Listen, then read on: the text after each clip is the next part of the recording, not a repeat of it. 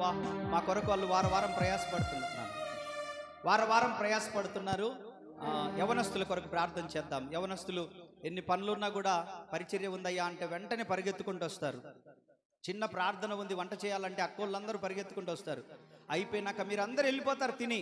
మేమే అన్ని కడుగుతారు, బిడ్డలు పాపం అన్నీ కడుగుతారు, వాళ్ళే పట్టాలు మడతేస్తూ ఉంటారు.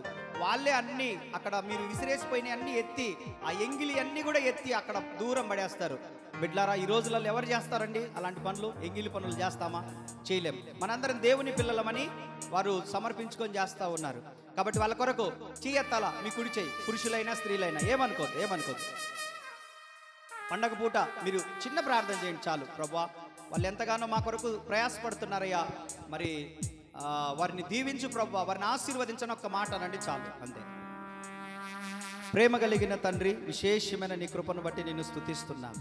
మంచి దేవుడవు, చాలిన దేవుడవయ్యా. ఈరోజు ఈ పరిచర్య ఈ స్థాయిలో కొనసాగుతుందనంటే అది కేవలం నీ కృప, నువ్వు ఇచ్చినటువంటి బిడ్డలు ప్రభువా. నమ్మకంగా దశమ భాగాలు ఇస్తూ, కృతజ్ఞత కానుకలు ఇస్తూ, గుప్పిళ్ళ బియ్యం ఇస్తూ ఈ సేవ క్షేమము కొరకు ప్రయాసపడుతున్నారు.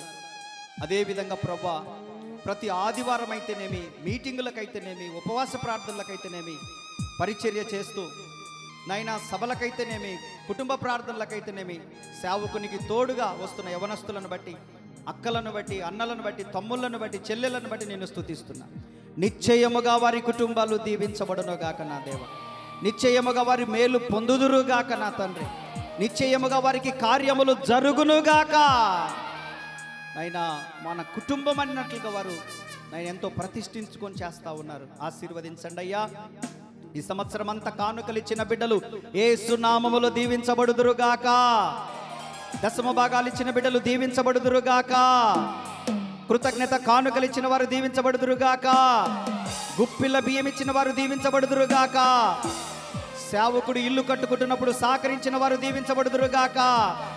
ఈ సంవత్సరం అనారోగ్యంగా ఉన్నప్పుడు హాస్పిటల్ ఖర్చులు ఇచ్చిన వారు దీవించబడుదురుగాక. నిశ్చయముగా సంఘమంతా దీవించబడునుగాక. కాలు పెట్టిన ప్రతి ఒక్కరికి కార్యములు జరుగునుగాక. యేసు నామములో దీవెన కలుగునుగాక. ప్రతి కుటుంబాన్ని ఆశీర్వదించండి అయ్యా. నీ చేతులకు అప్పగిస్తున్నాం ప్రభా. ఒక్క మాట నేను చెప్పంగానే బిడ్డలు సమర్పించుకొని చేస్తూ ఉన్నారు. వాళ్ళ అవసరతలు కూడా పక్కన పెట్టి మందిరం అవసరతలు, సేవా అవసరతలు, సేవకుని కుటుంబం అవసరతల కొరకు ప్రభా పరిగెడతా ఉంటారు. ప్రభా, నిశ్చయముగా అందరిని ఆశీర్వదించండి అయ్యా, దీవించండి. ఈరోజు ప్రభా వచ్చిన ప్రతి కుటుంబాన్ని ఆశీర్వదించండి. పురుషులను, స్త్రీలను, పిల్లలను, పెద్దలను అందరినీ దీవించండి. నైనా శుక్రవారం, శనివారం, ఆదివారం జరగబోతున్న ఉపవాస కూడికలను బట్టి నీకు వందనాలయ్యా. ఆదివారం రోజు మధ్యాహ్నం బాప్తిస్మాల కొరకు నీ బిడ్డలను సిద్ధపరచండి తండ్రి.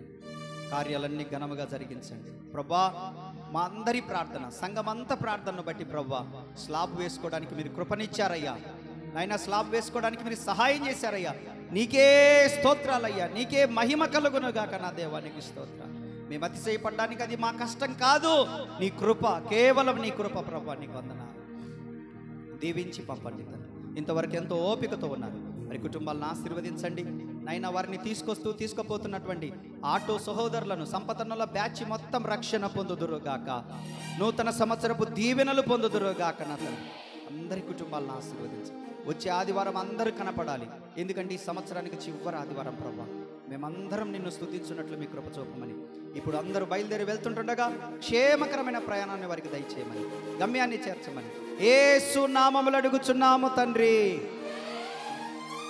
తండ్రి, కుమార, పరిశుద్ధాత్మ త్రియక దేవుని దేవుని మనకును సకల పరిశుద్ధులకు వచ్చిన ప్రతి ఒక్కరికి, మరి విశేషముగా ఈ క్రిస్మస్ పండుగలో సంతోషంగా ఆయన జన్మదిన వేడుక జరుపుకుంటున్న వారందరికీ ప్రభు వచ్చినంత వరకు తోడయ్యుండి పరిచర్యలు చేస్తున్న వారిని, పరిచారకులను, సంఘాన్ని ఆశీర్వదించునుగాక. హల్లెలూయా, హల్లెలూయా, హల్లెలూయా. అందరికి వందనాలు. దేవుడు మీ కుటుంబాలను దీవించునుగాక.